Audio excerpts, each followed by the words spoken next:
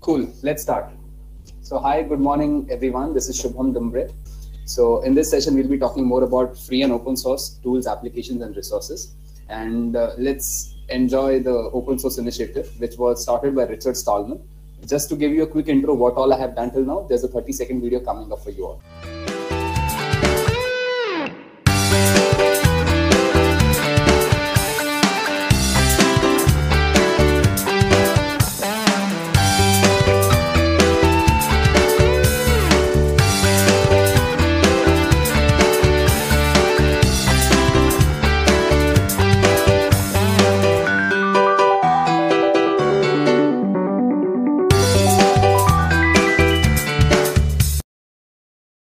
That's in short my journey. Now, moving on. Before we start, I would just want you all to save this link in the which I'll be just posting in the chat section, because this link is very important in terms of understanding the basics. We have already conducted a wonderful 2-hour session, I suppose, last time when we did it, and I think I have to look for the link once again. Yep. So this is the link. This is a link to the previous session which we had, and in that we had just started off with what are the different options which are available for in terms of FOSS and FOSS tools, applications, and resources. Today we'll be again deep diving into the basics, but our major focus today would be on the practical hands-on practice. So just to have a reference, like what is FOSS, who found it, what is the background for FOSS and all, you can just have a look at this link after this session. All right. For the ones who have come here for the very first time, I would just give you a base, like what exactly is FOSS. So FOSS is free and open source software, which was initiated by Richard Stallman in 1990s, 1980s. Because what happened with this guy, I'll give you a glimpse in the video. So there's a very good popular quote by Philip Kant. It says, the power of open source is the power of people. The people rule here, of course. So nowadays, whatever laptops, devices, computers we use, all have a lot of proprietary software in it. Proprietary software is something that is governed by a company, that has limitations, that is restricted. You cannot edit the code, you cannot modify the code and all that stuff. But open source gives us the opportunity to research, to reverse engineer, to modify the code in such a manner that we can create different combinations according to our usage, according to our knowledge and expertise. So Philip Kant has simply put it like the power of open source is the power of people, the people rule here. So let's revise FOSS fundamentals with this short video coming up now. Do you know what open source is? Well, let me explain it for you. Basically, it means that the recipe of any given work is shared and free for anybody to use. Let me take you back where it all started. In the 1980s, a guy named Richard Stallman had a problem with the software in his printer. He could fix the printer himself, but unfortunately, he was not allowed to get inside the black box by the manufacturer. This frustration was the beginning of the free and open source movement. The essential benefits of open source are access to the source or recipe of any given work, free remix and redistribution of any given work, an end to predatory vendor lock-in, and a higher degree of cooperation. Open source is originally a software-related term. But let's take a non-technical example of where the open source mindset is actually used today. Is this video clear? Like, is it giving you some example of what is open source exactly and all that stuff? I would like to see, yes, clear. Fantastic. Here's Dave. He is a really passionate skateboarder. He loves the community because everyone shares tips and tricks openly. This means that everybody has access to the source of becoming a better skateboarder. Dave has the opportunity of remixing an existing trick and making it even better. He becomes more skilled, faster. If Dave's skateboard breaks, he doesn't necessarily have to go back to the vendor to get it fixed. He can also fix it himself with the help of one of his friends from the community. This is because the design of the skateboard is open source. In the skateboard community, you share new ideas and remix each other's tricks. You cooperate and reach much higher standards than any skateboarder could reach alone. Now let's take another example. Here's Susan and Michael. They have just bought a new property, now need a new house. John is an open source architect and offers 3 designs that Susan and Michael can base their dream house on. They choose option A because it best fits their needs. But Susan wants a conservatory as well, so Michael draws one and adds that as an extension to their chosen house design, option A. Susan and Michael choose Company A to help build the house. It should be easy for Company A to build it because the architectural drawings and guidelines are already produced by John, the open source architect. But during the process, Susan and Michael find out that Company A's employees are very slow and not very polite. They therefore get Company B to finish the work. It's easy for Company B to take over the project because everything is openly documented. Fortunately, Company B does an amazing job of completing the construction project. In the meantime, Coco and June have shared a new solar cell design as an extension to option A as well. Susan and Michael also decide to add that to their home. Susan and Michael are now happy owners of a beautiful and customized new home. But John is also happy. He can now add 2 new extensions to his professional portfolio without having done anything himself. So now I've given you a taste of some of the many benefits of open source.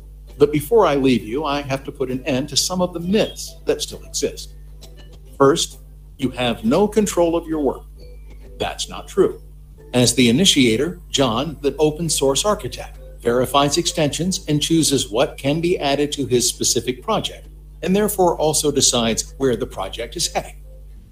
Second, open equals unsafe. Not true. In an open source project, many people are involved and cooperate to make an even safer product and to keep unauthorized people out. And third, everything is free. No, the source itself is free and publicly available, but the house must, for example, still be built, customized, maintained, and provided with water, power, and heat. Hopefully you can now better understand the positive term open source and the principles within. Please start opening up and use the extreme beneficial principles the way they deserve. So I hope we got a glimpse of what open source is. I did not put in much time on again explaining what open source and all that stuff is, because we have to majorly have a hands-on exercise today where we will be deep diving into different softwares. I have a set of softwares already installed on my system which we'll be jumping on into. But before that, I would like to see a quick yes in the chat section that yes, everything till now is clear. And if you have any doubts regarding the definition of open source or what exactly does it mean and what are the examples, ask it to me right now. So that once we deep dive into the softwares part, like the hands-on part, we will be putting our more attention on how to create beautiful images, how to create videos and all that stuff. So is everything till now clear, guys? I would like to see yes from every one of you who's in this session right now. I see there are around 38 participants, 38 plus 7. Fantastic. So around 40, 45 participants. Cool. So let's go ahead. Now, I have already shared a lot of lists in the last session which we had, but these are some which I thought of adding here just to give you just that how open source messaging or chat applications or other applications can be beneficial. So the very first list that we're going to explore today, and we all are familiar with these names, Telegram and Signal, of course. Discord is also very much popular in the gaming communities. Also, there's Element, that's another software in open source that can be used for messaging and chat applications. So just it's a simple thing, nothing much to explore on this. Signal, Telegram, Discord, and Element. We all are well versed with WhatsApp. Signal is similar to that, created by the same people who had created WhatsApp.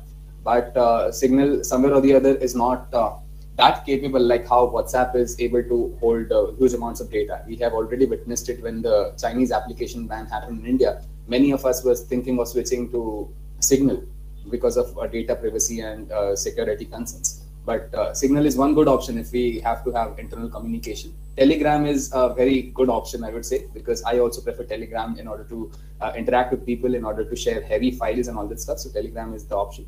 Discord is much popular in the gaming communities where people who generally play games stream live events and all that stuff. So Discord is just like a server where you have your own server space and you tend to invite people, chat with them, have interactions with them. And Element is, of course, again, another application which is open source and that is used for messaging and chat.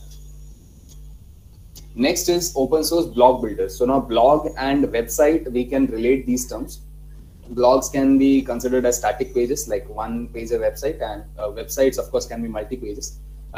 When I say blog builders or web builders, these mostly relate to codes. These mostly relate to drag and drop editors. So some good examples in open source market are Open Element, Suburon, Hugo, and Silex. So if you are not aware of these names, just click a screenshot of these names because these are very good options if you want to try writing a blog or building a web page of your own. So this is it. And one important thing before we move on, in case in the whole session, if you find anything interesting, just click a screenshot of that particular screen so that you can share it with your community, and just add hashtags like FOSS session with RAIT or live session on FOSS, something of that sort, because that helps in connecting FOSS free and open source communities all together. All right. So the 4 examples, 4 options, there are many which are available on the web, but these are the ones which I have already tried myself. And yes, these are very good options. So OpenElement, Savirun, Silex, and Hugo are some very good options for blogs. Again, web builders. Now, web builders here in terms of WordPress, Drupal, and Joomla, if we take these names, not everything is free, of course, but WordPress has WordPress.org and WordPress.com. So .com version is paid.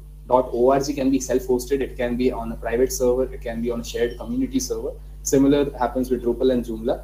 So WordPress, Drupal, Joomla, and Grave.js are like web builders where you can create websites, beautiful websites, design with design applications and all that stuff. So these are the 4 names. Open source office and media repository. Now I want to understand how many of you right now are using Microsoft Office as their regular workforce in the regular workforce application. So how many of you? Yes, I would like to see it in the chat section. Which applications do you use daily? Like when we talk about Microsoft Office, which are the primary applications that you use? So I generally use Word and PowerPoint. What about you guys? Word, Excel, PowerPoint, yeah. Right. So okay, many of you are only using Word. Okay. No one is creating presentations. All right. Okay, fantastic. Yeah, Word, Excel, and PowerPoint. Okay, so we need a Word is like word processor that would have your text and some sort of images. Excel is for numbers, and PowerPoint presentation is for visualizing showcasing graphics and all that stuff, right? So now let's come to this option which we have, and that's here. So LibreOffice is another option, and I have installed it already for you all to have a glimpse how it works actually. So in LibreOffice, we have a writer document, a calculator spreadsheet, and an Impress presentation. Now you see the names are synonymous: document, spreadsheet, and presentation.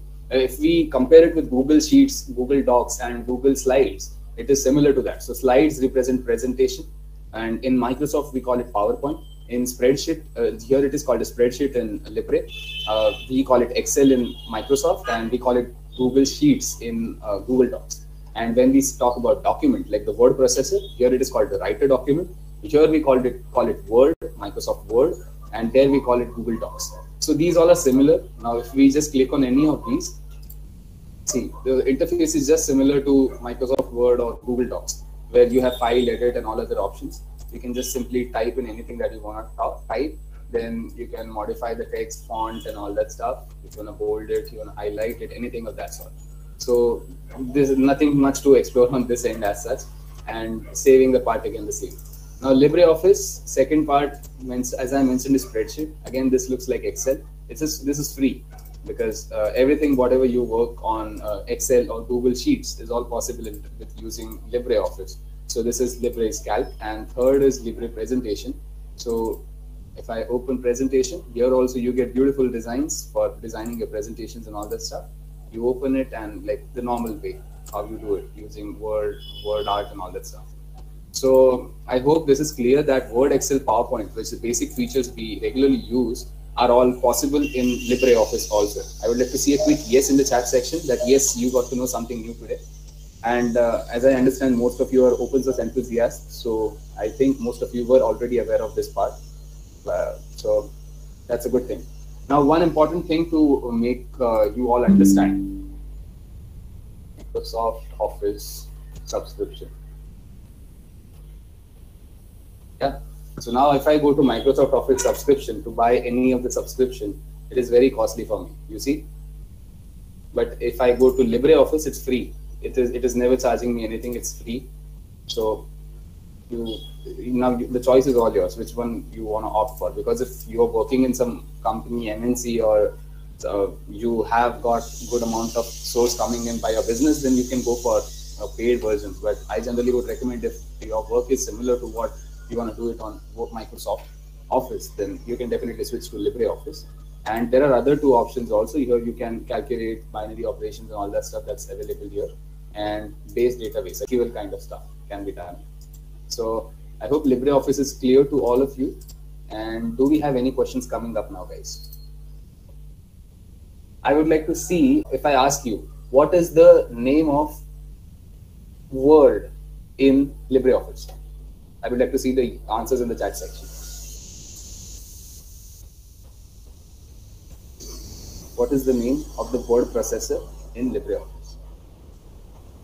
Come on, guys. Yes, Sakshi is right. Writer document. Libre is an FOSS. Yes, it is. It is free. Libre, the word still says it's called Libre or Libre. We in India pronounce it Libre. In foreign countries, it's also pronounced as Libre. And Libre depicts that it's free. It is open source. Writer document. Fantastic document. Great. So I think we can go ahead. I would like to see a yes in the quick chat section, because today I have not just kept it as a presentation session. Better if we interact and take it ahead. Okay. Thank you. So moving on. Now we got to know that we have a word processor available free of cost. Apart from that, there's another OpenOffice. Like OpenOffice, as the name itself says, it's open, it's free. So OpenOffice is another example. Now Apache OpenOffice does not have a great, you said, that inviting interface as compared to Microsoft Office or LibreOffice. So I've not installed it, but while testing it, I found that yeah, it's okay for basic operations. If you do not have a high-end device, you can definitely go for Apache OpenOffice. Look at this third name. This is a media repository. Now, what exactly is a media repository? If I just go on the web and I type Open Clipart. So now we try to find images or cliparts on different web sources by just typing it on Google or some search engine. But there are legitimate sites which actually provide us with high quality graphics and images. One amongst them is Open Clipart. So every day, every time this Open Clipart, you see, it's since 2004 and it has a huge collection of cliparts. And if you click on any of these, you can use it in whatever format you want, like SVG or what quality you need. So this is a media repository where you find media like GIFs or videos, graphics, images, all that stuff, and you can use it. Now this was one for Clipart. There's another one that's very popular, that's OpenVerse. Now this works in unison with WordPress. When we come here to OpenVerse, here it is. You can search anything. For example, you search moon, you type it there. So whatever is available in terms of moon is and with the best quality, premium pictures and all that stuff comes in here. So it's like fantastic to use, and you can also like have like official credits and all that stuff. So that's about the media repositories. I hope we all are on the same page, guys. Is this session giving you something more than what you knew? Yes, no. Any one of you, come up on the mic. Any one of you, take it voluntarily and ask me a question regarding your FOSS journey. Like, how's been your FOSS journey, or what are you actually looking for to explore? So do not worry. It's okay if you do not have the questions framed in your mind, but let's interact. So should I be the one to ask anyone, or someone is coming up voluntarily? Okay, so Tanmay, can you be the volunteer for now? Tanmay Doshi? Yes, sir. Hi. So how's your journey in open source? Since when did you start in open source? Sir, actually, I am a FE student, so I don't know much about the FOSS and open sources. So okay, that's the reason I joined today's session. So are you getting the point what open source is? Yes, we have talked about? I'm getting it. All right, fine. Thank you very much. Now let's ask Sahil Singh. So Sahil, you there? Yes, sir. So are you with us? Like, did you understand what all we discussed till now? Yes, it was my first session and it is going great. Okay. I would want to understand it from someone who has already explored open source. Okay, then you answer it, Kshitija. Yeah, so like I have explored open source. I have like also contributed in many of Summer of Code also. Okay. But the basic knowledge is more important, that what are the softwares and what are the tools. So this is first important, that we should explore first and then we should implement. So correct. The session is going very well. Okay, fine. That's good. And please feel free to ask me any questions whenever we are exploring these softwares, because whatever is coming ahead now is like, I know it's heavy to digest in just a single session. Just ask me questions in case you have those, right? Moving on. So we did this part. Now the next part is, of course, open source apps, tools and resources, live demonstrations. I have not kept much slides on this presentation because today I wanted to have it with the softwares. So let's start. We have already completed Liver. Now let's go to Audacity. How many of you are editors? Like I like to edit videos and images and all that stuff. So how many of you are editors? Interesting. You saw the video at the start. I created it myself using an open source software. Fantastic. So many of you are creative people. So for all those creative ones, here is a software for you, a free of cost software that will give you flexibility to edit all your audios right now. So this is Audacity. Audacity is free. Here you can, of course, as you all are well versed, like many of you are editors, so you know, like there is a file, a track which you can put in here, and you can edit, cut. Can you guys hear it?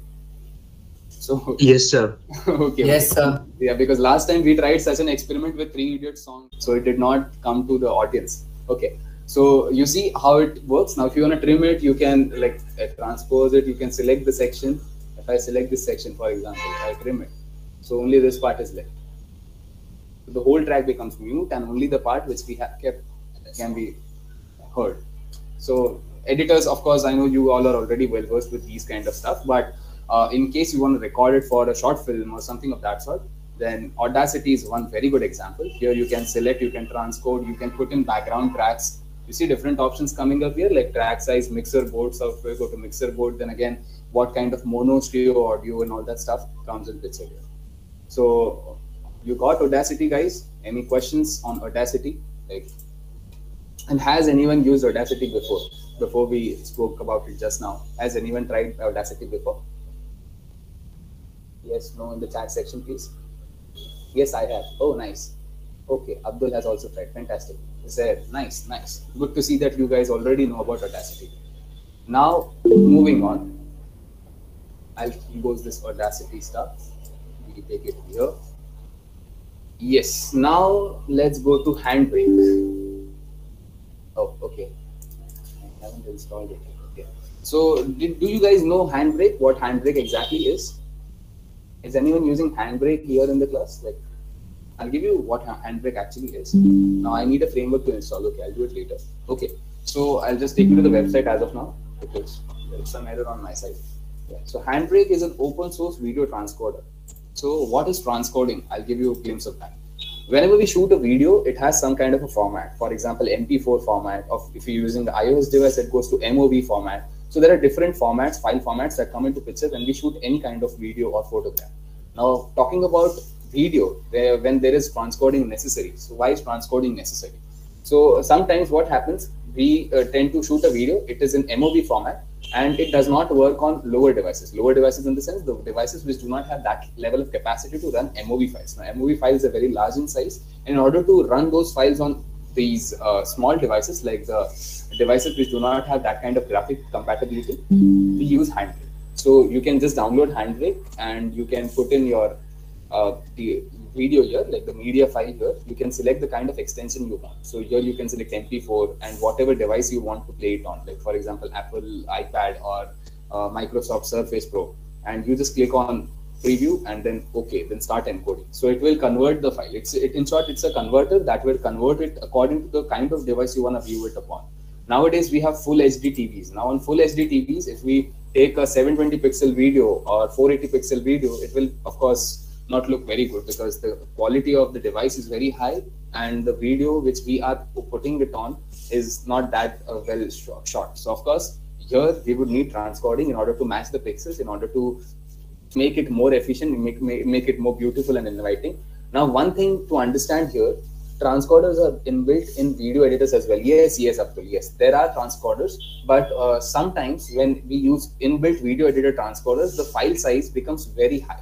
Like if I even shoot 1 minute video, it will go to 500 MBs.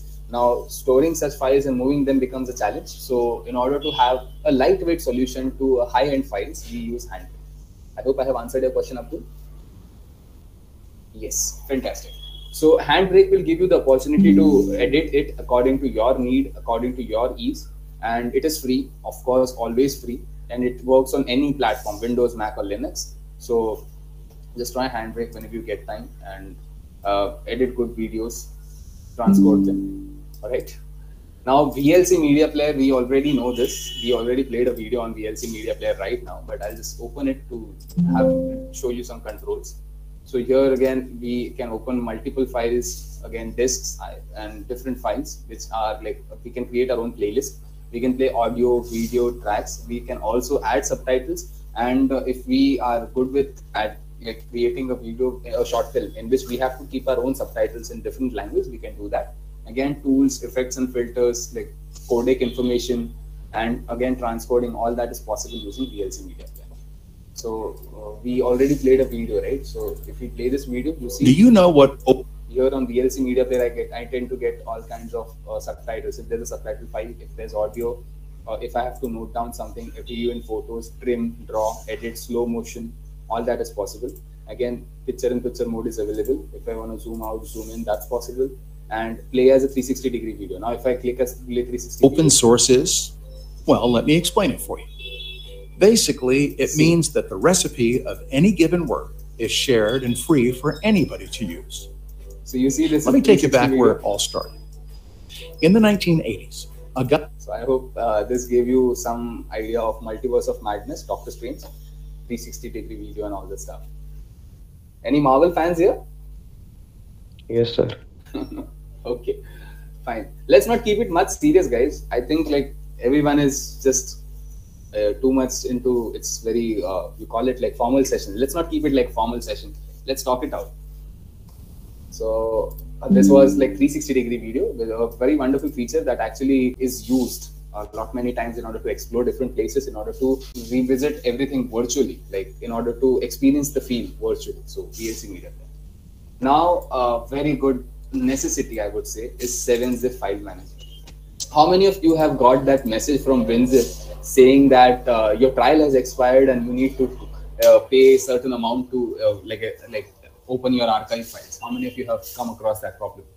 I have come across it a lot, many times. Like the 21 days trials and some around 10 or 11 opening files can be opened in that duration. Later, it again and again gives me that bug that please recharge, please recharge. So I was like fed up with this problem, and I thought of finding out.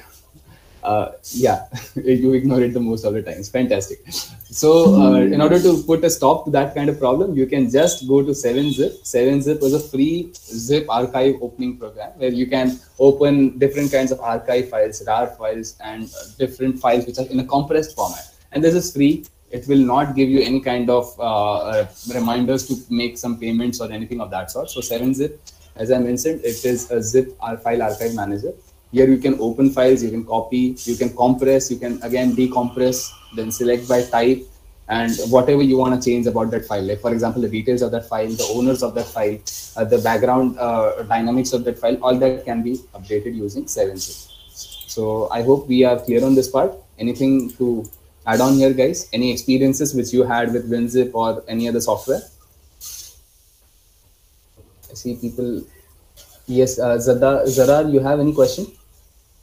See, you have raised your hand. No, sir, I was replying to your question, like how many of you get the message of. Ah, okay. So we all have experienced at some or the other point, right? Okay, got it. So moving on.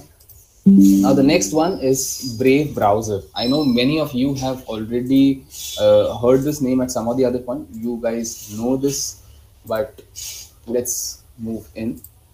I think we can skip this door for now.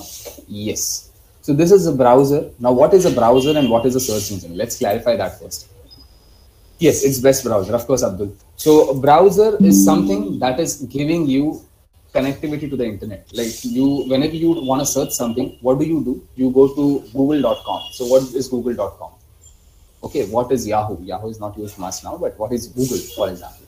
And what is Google Chrome? So Google Chrome is a web browser and Google is a search engine.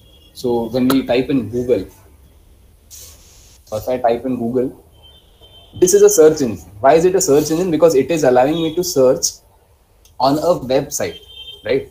Now, what is a web browser? Brave is a web browser because it is in an application format. What is Google Chrome? It is a web browser because I'm able to access the search engine using the web browser. So did you get it?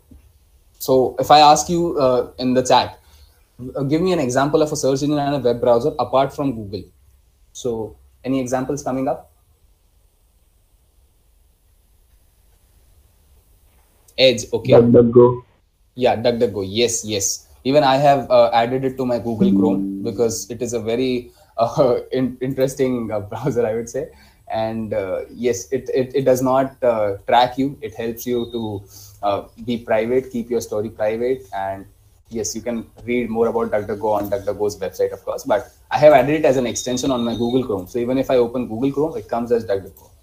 All right. So this is one good example. Yes, Firefox is another example. Yes, correct. Netscape. Yes, Brave, Bing. Fantastic. Now I would take you to one other player in this market, which is actually preferred by ethical hackers and the guys who are more into cybersecurity and cyber tech. Can you guess the name which I'm talking about? Yes, guys. Can you guess the name which I'm talking about? No, Linux. No. Tor browser. Yes. There's a hint here. It's already here. Okay.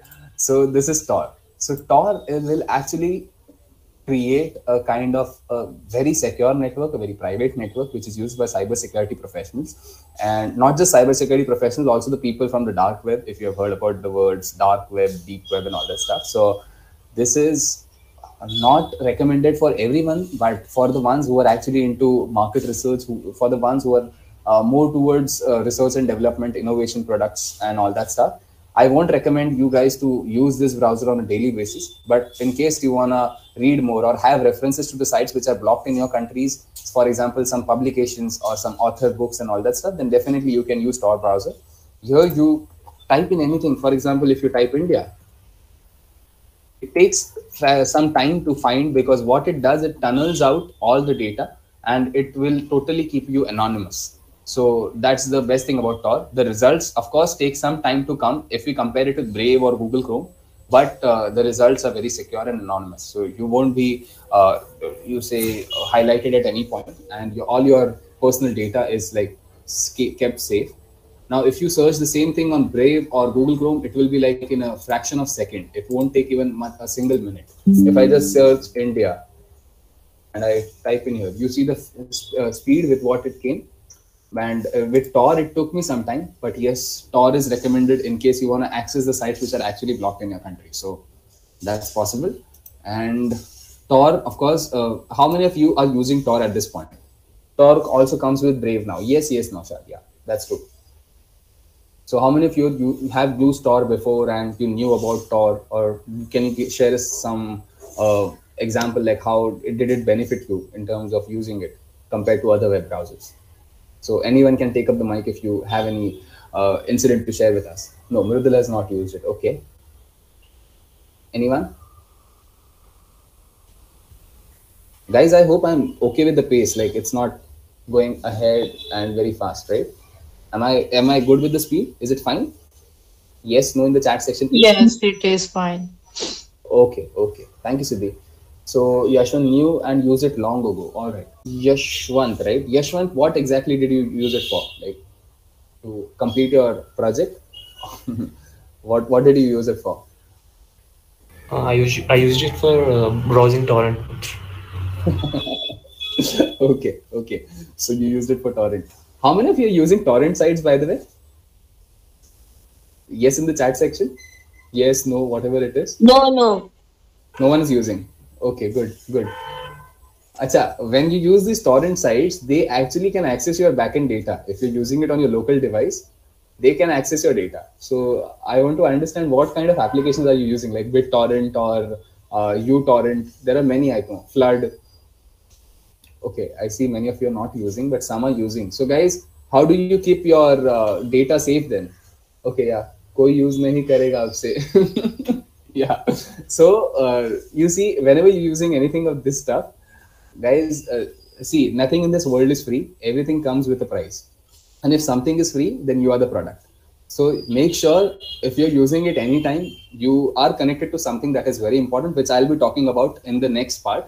that is a virtual private network, that is VPN. So a VPN is something that will create a tunnel.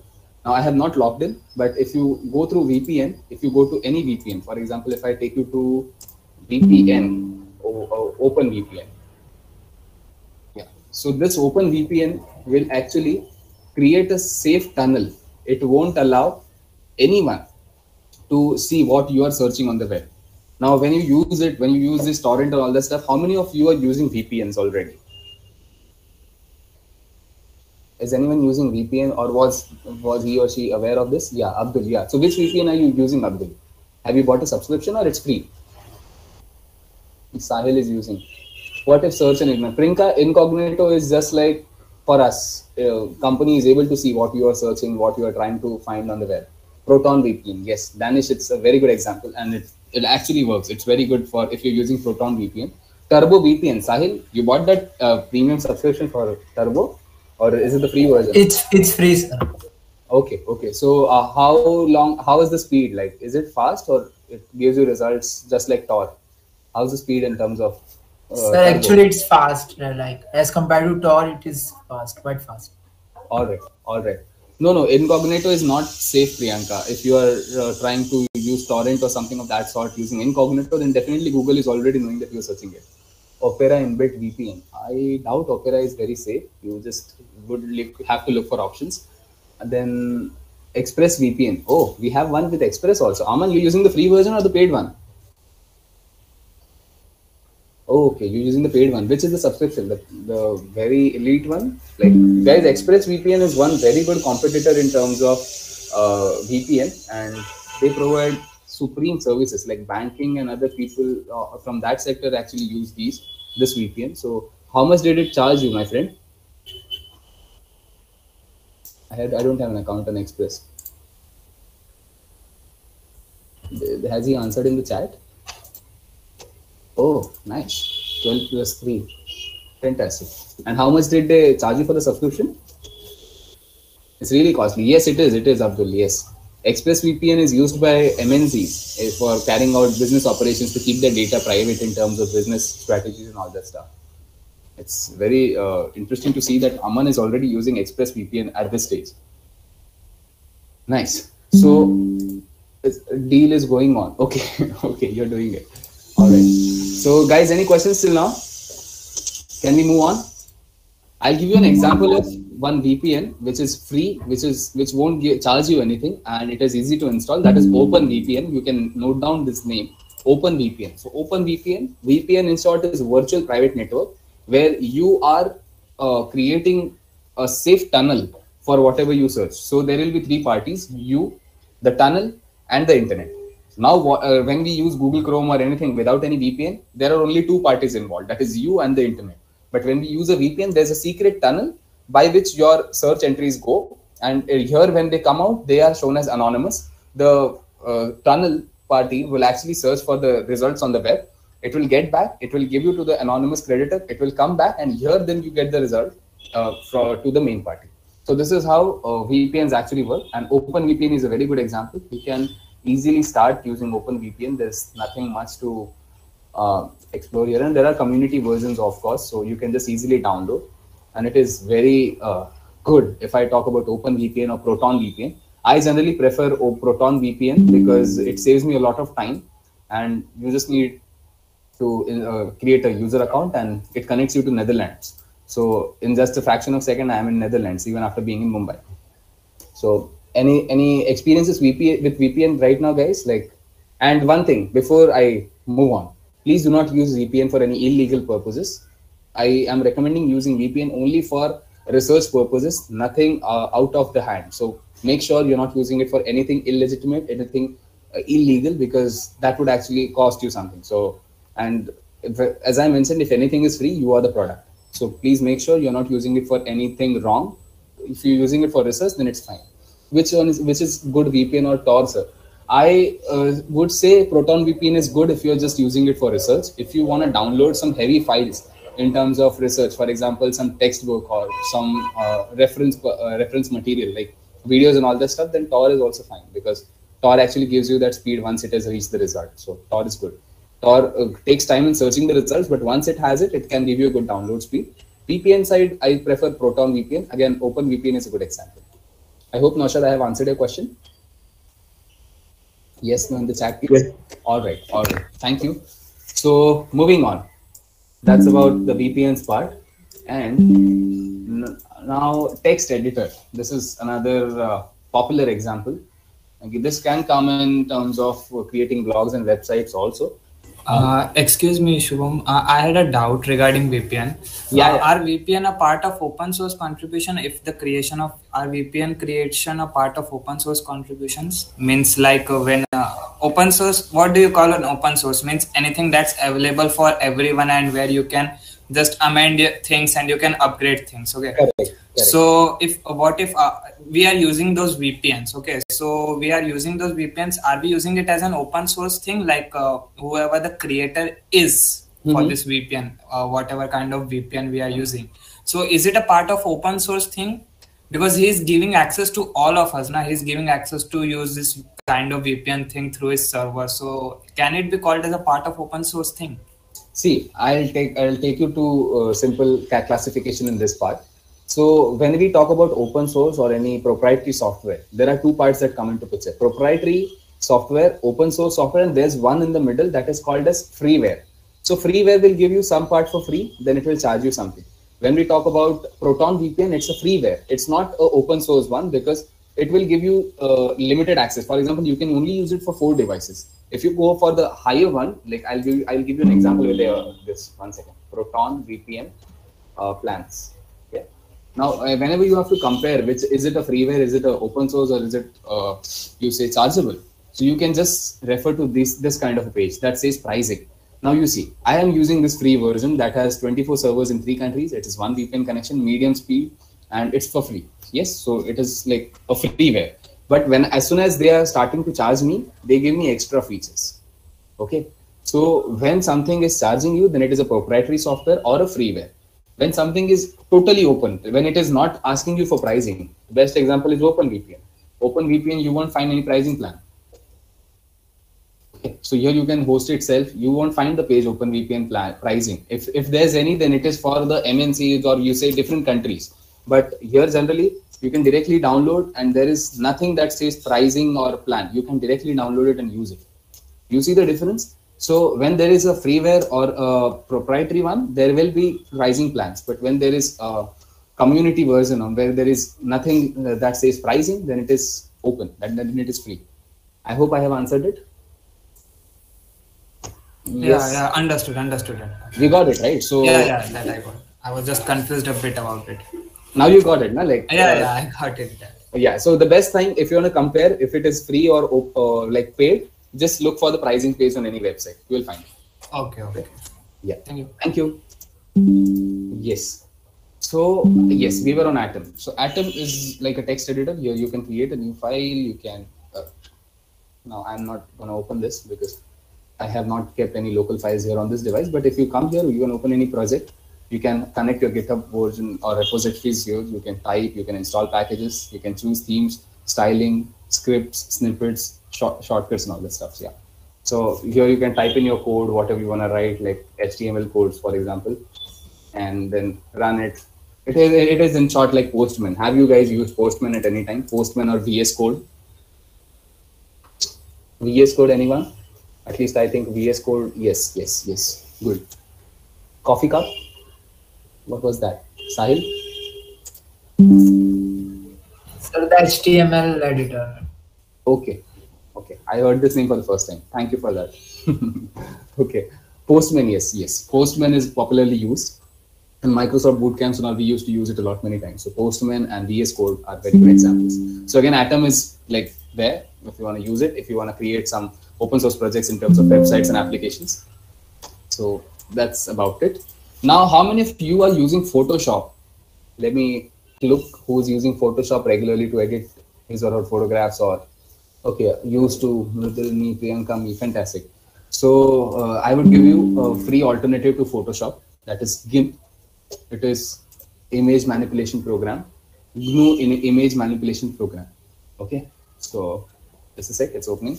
It is a heavy file, but once it opens, it has a bunch of tools that actually can be utilized to utilize our creative skills. Yes. Is it visible to you all? Yes, no? Yes. Yes. I see it has a gray interface, of course, but here you can, for example, let's create one file. You can select different kinds of pages, what you want and all. And the parts, for instance, it will be very big. You see this, it has creativity. So if we create, we can of course create some shapes and all. Okay. And stamps and all. I'm using it after a long time, but yes, you can write anything here, hello, and then play with the size, CMs. So you get it, like it can be used like a Photoshop editor. Again, layers, they can be visible layers, they can be invisible layers. So if I come here, if I hide it, so it's just like Photoshop, or if you're using creative softwares like CorelDRAW and all. So there are another Photopea, yeah, Abdul, there is one other alternative. But GIMP is like, it holds a very good background in terms of creating dynamic graphics. And you see, there are n number of options which are available. If you want to play with, fill with background color or anything, you will find n number of things that can be done, like filters and all. So the quality that you get after rendering an image is fantastic. And then you can save it. I hope you got it. What is GIMP, guys? I'm actually excited and looking forward to showcase you something that I personally like a lot. So let's go to that part. The software is Blender. How many of you have used Blender? Anyone? Danish? Yes, you have created something? Wow. Abdul has also used it. Mudul has also used it. So do you have any links? What projects you have created? If you can share it in the chat, we all would be happy to see your projects. Anyone? Sometime. Okay, Shivam says sometime he has used it. Okay. I'll show you one which is actually available on the official website of Blender.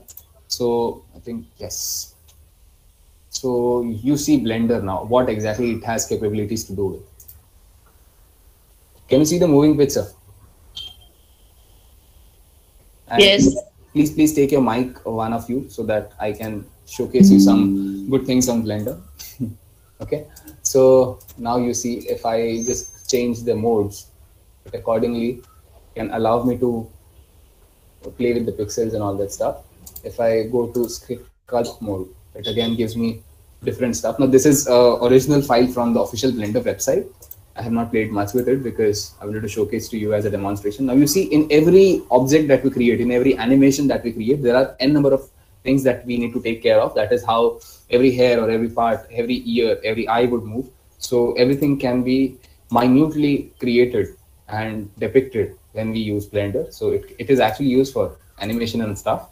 Also, it can be used as a video editor. Now this was the final image that is actually created. But if you see, we have different layers that are actually following. The very first is this dotted layer. Then we go to the sculpt mode. Then like the baseline layer. Then there's vertex paint. This is to balance the colors. Then there is another like highlighter. And then it comes to the final one. This is the final version. So did you guys find it interesting to see? Yes, this can also be created using a free software, like an open source software. Yes, Ken says yes. Siddhi says yes. Nice. So you guys should definitely give a try to Blender, because I will take you to YouTube to show what capabilities Blender has already got. Okay. So if I just go to YouTube and I see Blender projects, there is one which I actually like a lot. I think the detective one. Yes, this one.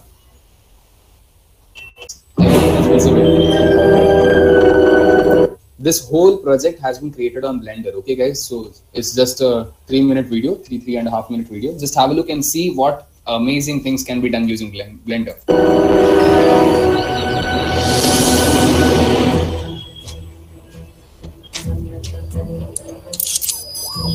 This is 327. I'm going in. Good luck, Agent.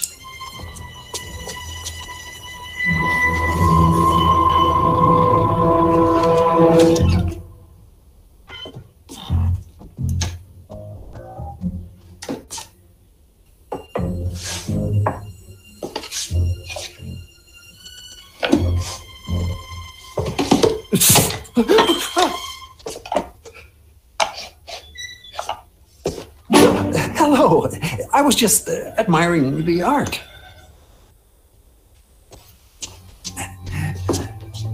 You see the minute details, guys, here, like how well they have created these figures and how well they have paid it. Yes, how well they have made it. Yes, Danish, that's yes, amazing. Yes. Do we want to watch that movie? It's like just 2 minutes from now, or should we continue with theory part or application part? What do you want? The movie? If you want the movie, just write movie. If you want to continue, you can write yes. Movie. Okay. Okay. Okay. Haircut? Please. Such a lovely place you've got here. Is it usually this empty?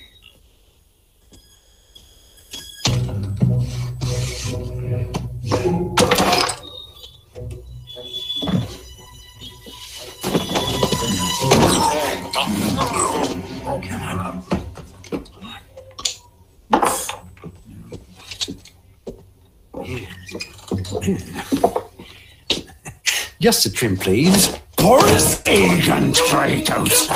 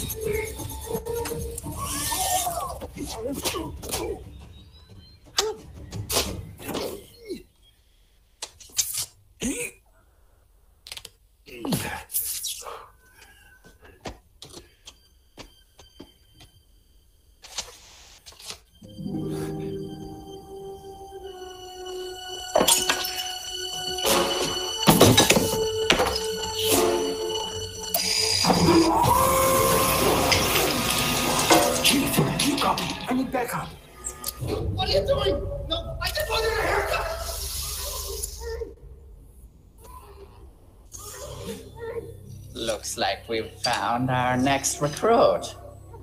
Doctor, carry on with the procedure. We have to make room for Agent 327.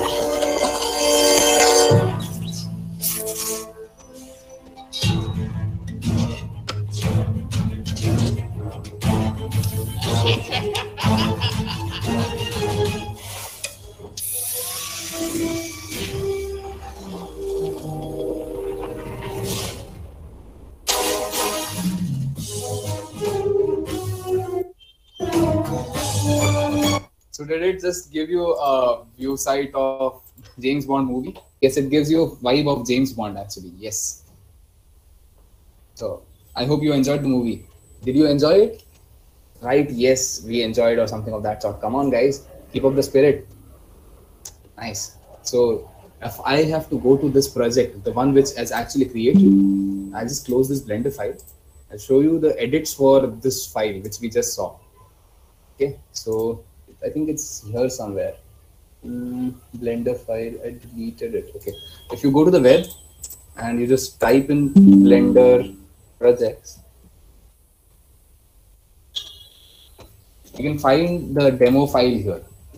The one which we just saw, it was Agent 327, right? Here it is. It's a very heavy Blender file. If you just download it, you see the number of edits that it actually requires is humongous. But you can, if you want to study from a reverse engineer it, you can definitely download the file from this point and then try it out. Cool. So I'll just give you the link to this thing so that you guys can experiment later when you get some time. Here it is. Any questions till now, guys?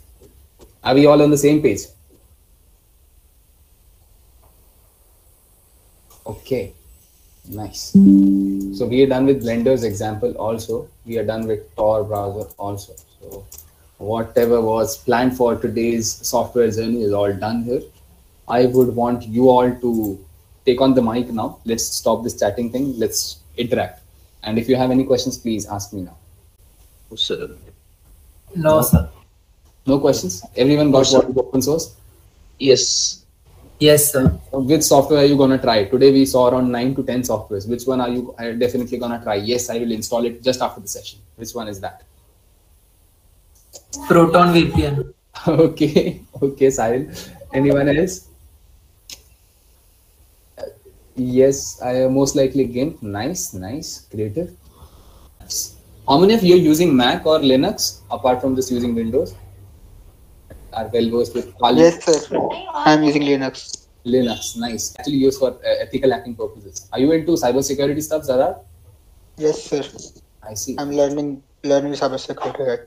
Nice. And before we move on, let's go for a short quiz to just get that energy. So here come the questions.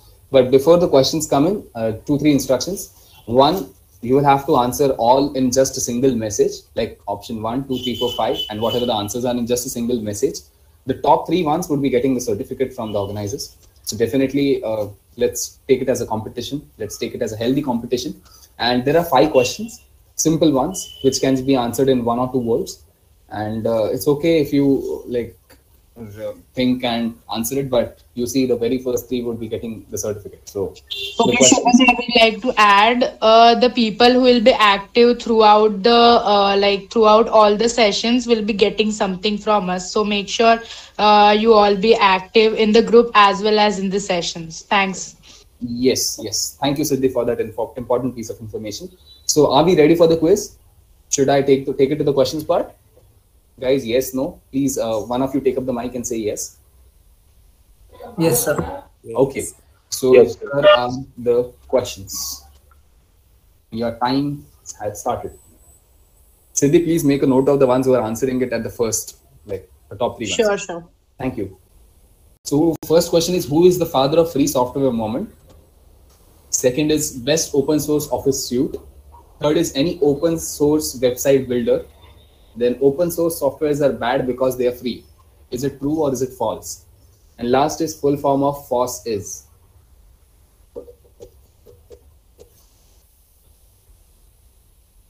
Do we have any winners?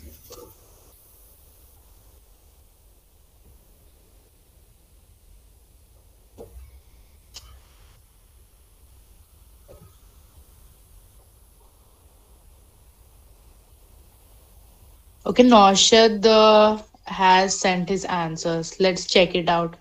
I cannot take it to the screen back. Just I'll give you 30 seconds more and then I'll take it to the screen chat section. Is it possible that repeat the questions? Yes, sure. Repeat the question. The very first is, who is the father of free software moment? Second is best open source office suite. Third is any one open source website builder.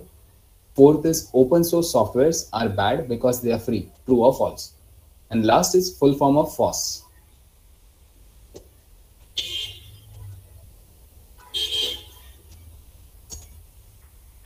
"15 seconds more to go.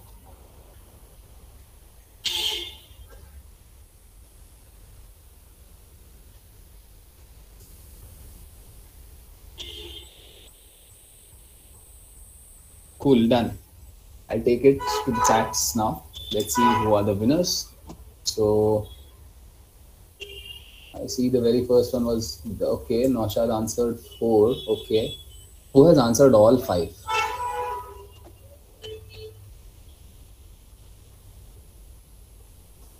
Abdul has answered all the 5. Yes, Abdul has answered all 5. Fantastic. Now Tanmay has answered all 5. Nice. And I see Danish has also answered all 5. So it's Abdul, Tanmay, and Danish. Congratulations, guys. Thank you, sir. Happy to see you paying full attention. And it's not Abdul Stallman, Purva. It's Richard Stallman.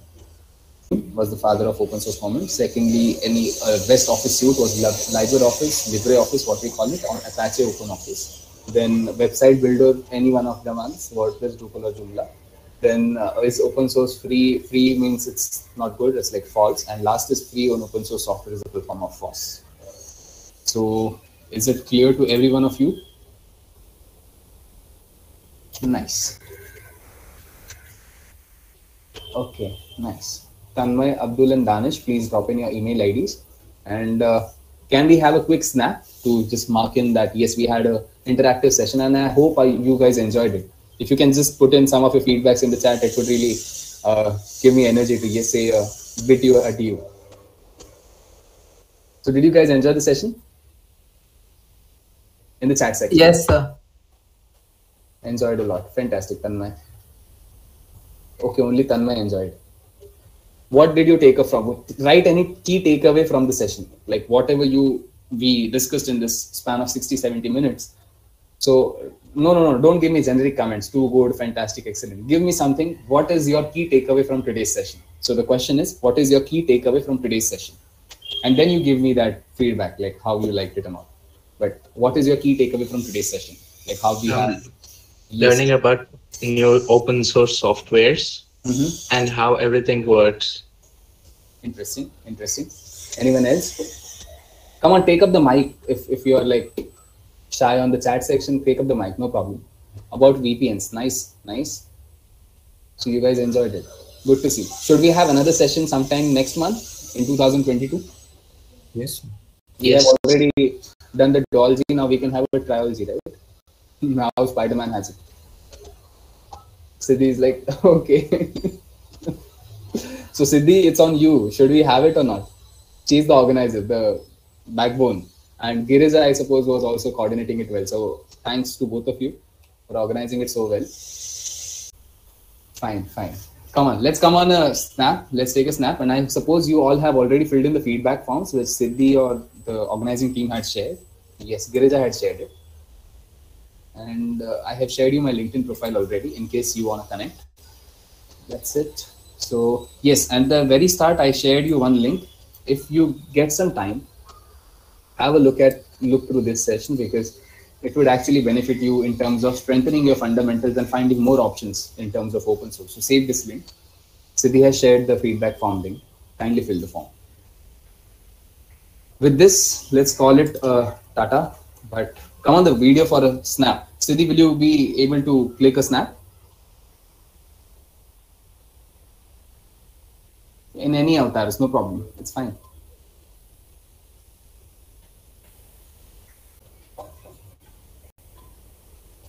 Done? Yeah. Cool. Done. Thank you very much, guys. It was really interesting and I enjoyed interacting with you all. Hope to see you learn more ahead, continue your learning and deep dive into open source, try new softwares and share your reviews with your peers so that everyone benefits from the interaction. With this, I'll take your leave for now. Thank you, everyone. Bye-bye. Thank you, sir. Thank you, sir. Thank you, sir. Bye. Thank you, sir.